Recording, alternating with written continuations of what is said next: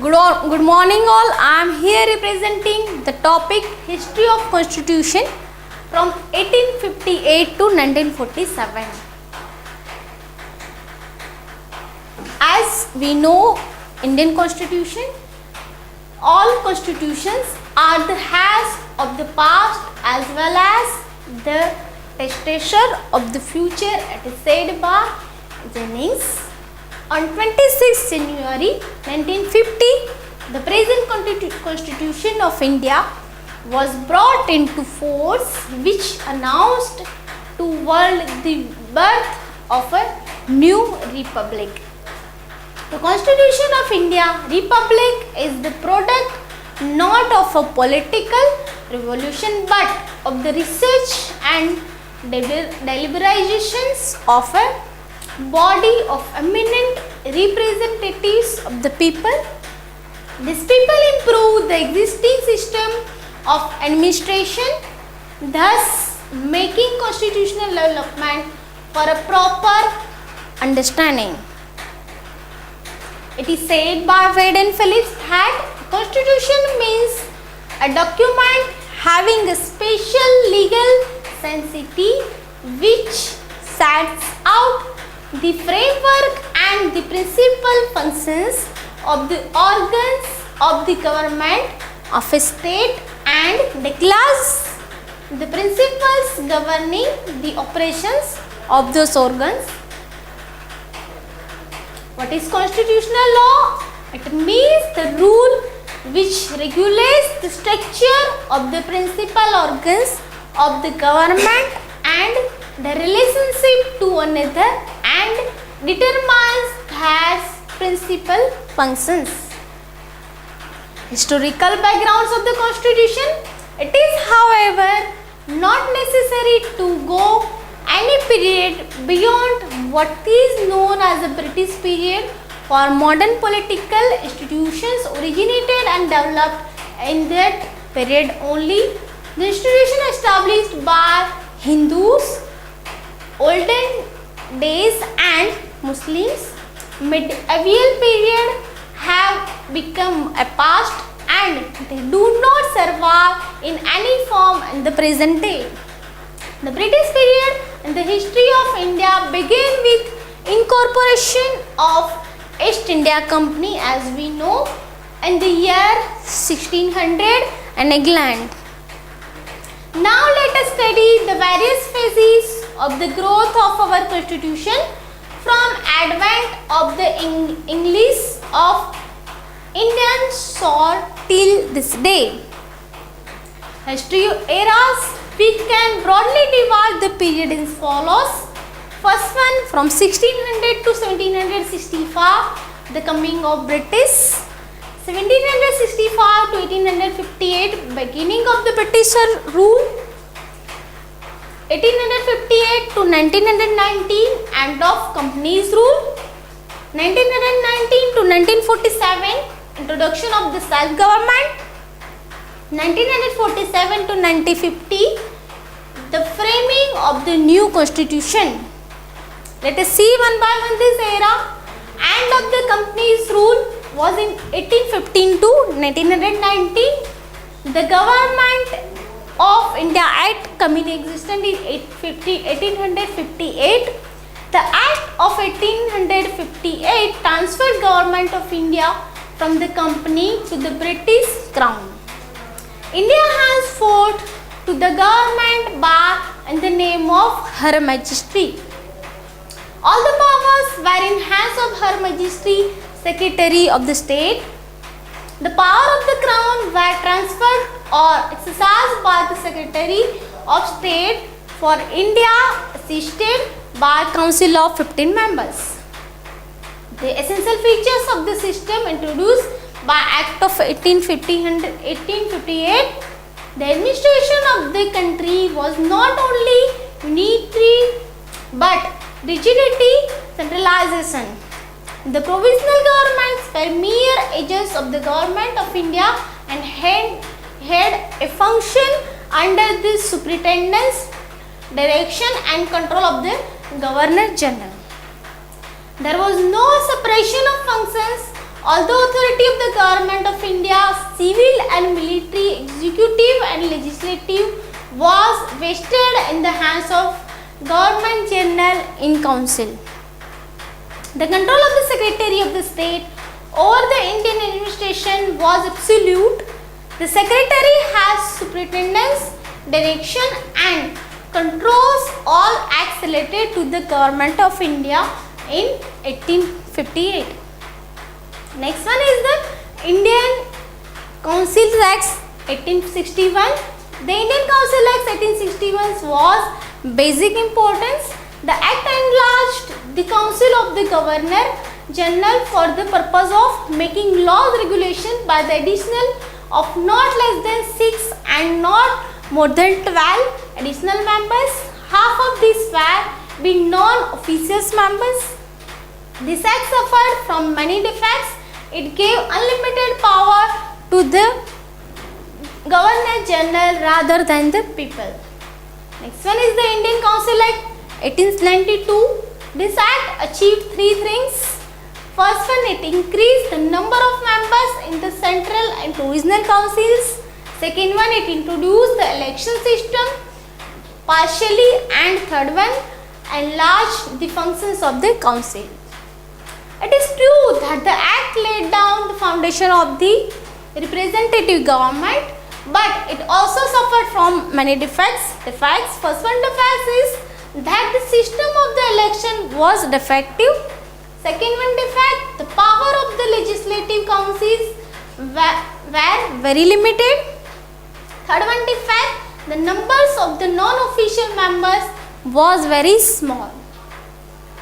After that, the Morley-Minto reforms and Indian Council Acts 1999 came in existence. The first attempt at introducing a representative and popular element was made by Morley-Minto reforms, known by the name of Secretary of the State Lord Morley and Viceroy Lord Minto, which implemented by the Indian Council Act 1909.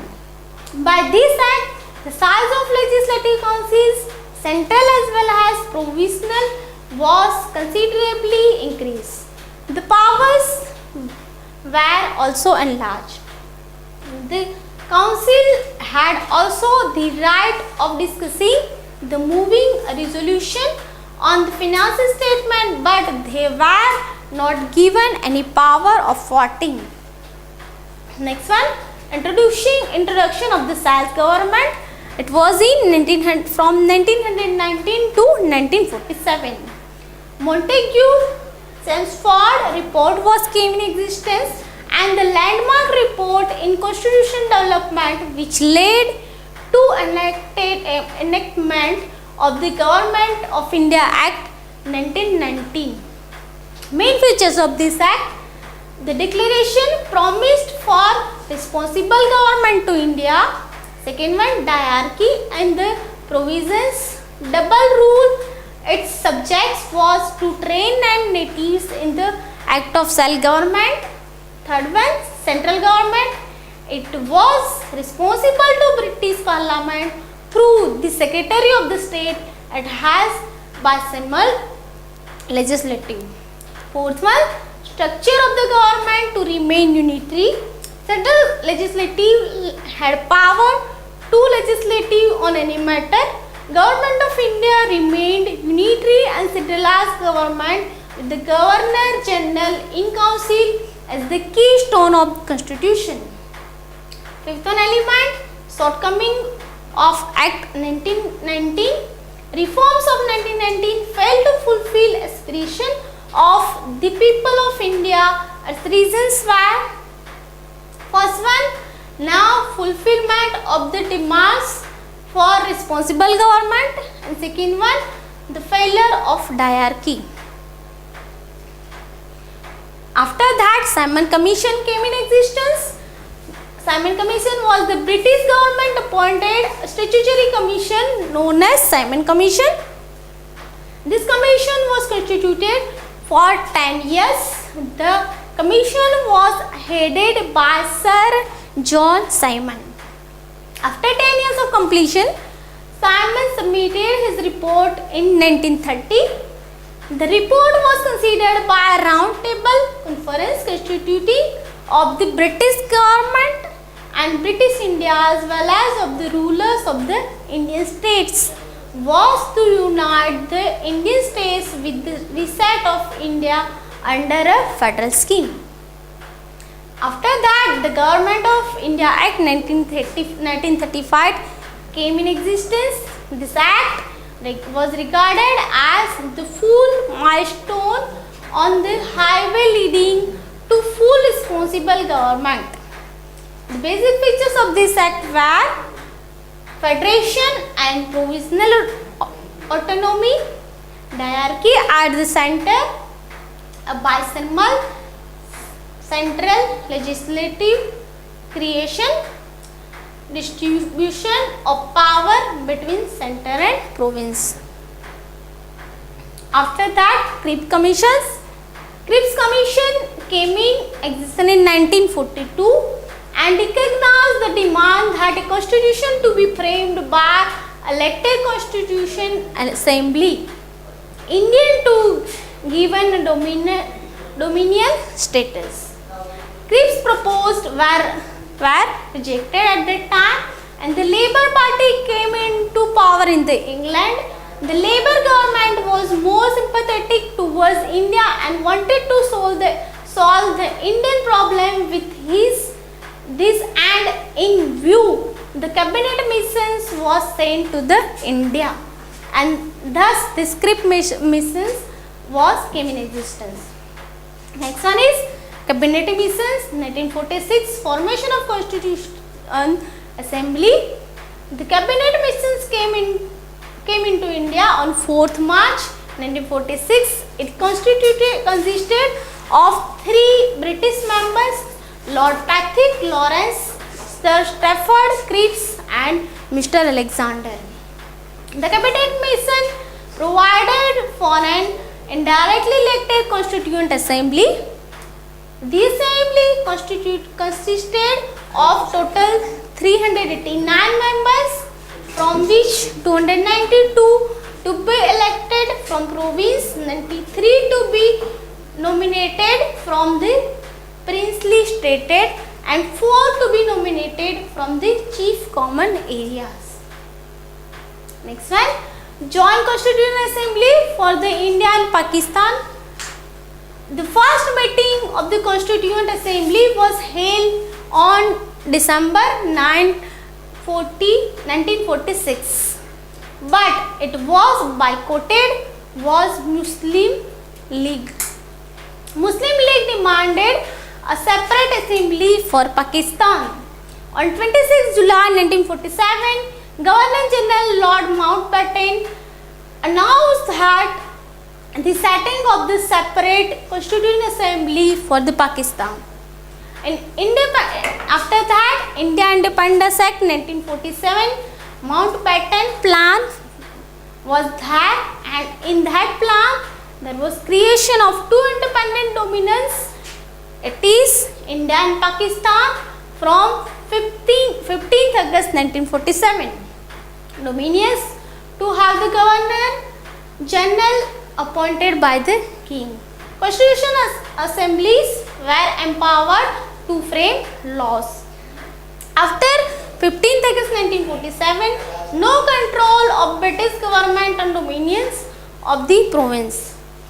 Till new constitution came into existence, dominions and the province were governed by Government of India Act 1935. Post of Secretary was abolished and taken over by Secretary of Commonwealth of Nations. So, India Independence Act 1947 came into existence on 15th August 1947. There was the framing of the new constitution from 1947 to 1950. The struggle for independence was thus over by 15th August 1947, but the attainment of the independence was not at the end of itself. The first task undertaken by the Independence India was framing of new constitution. The first meeting of the assembly was held on 9th December 1946 as the Sovereign Constituent Assembly for India.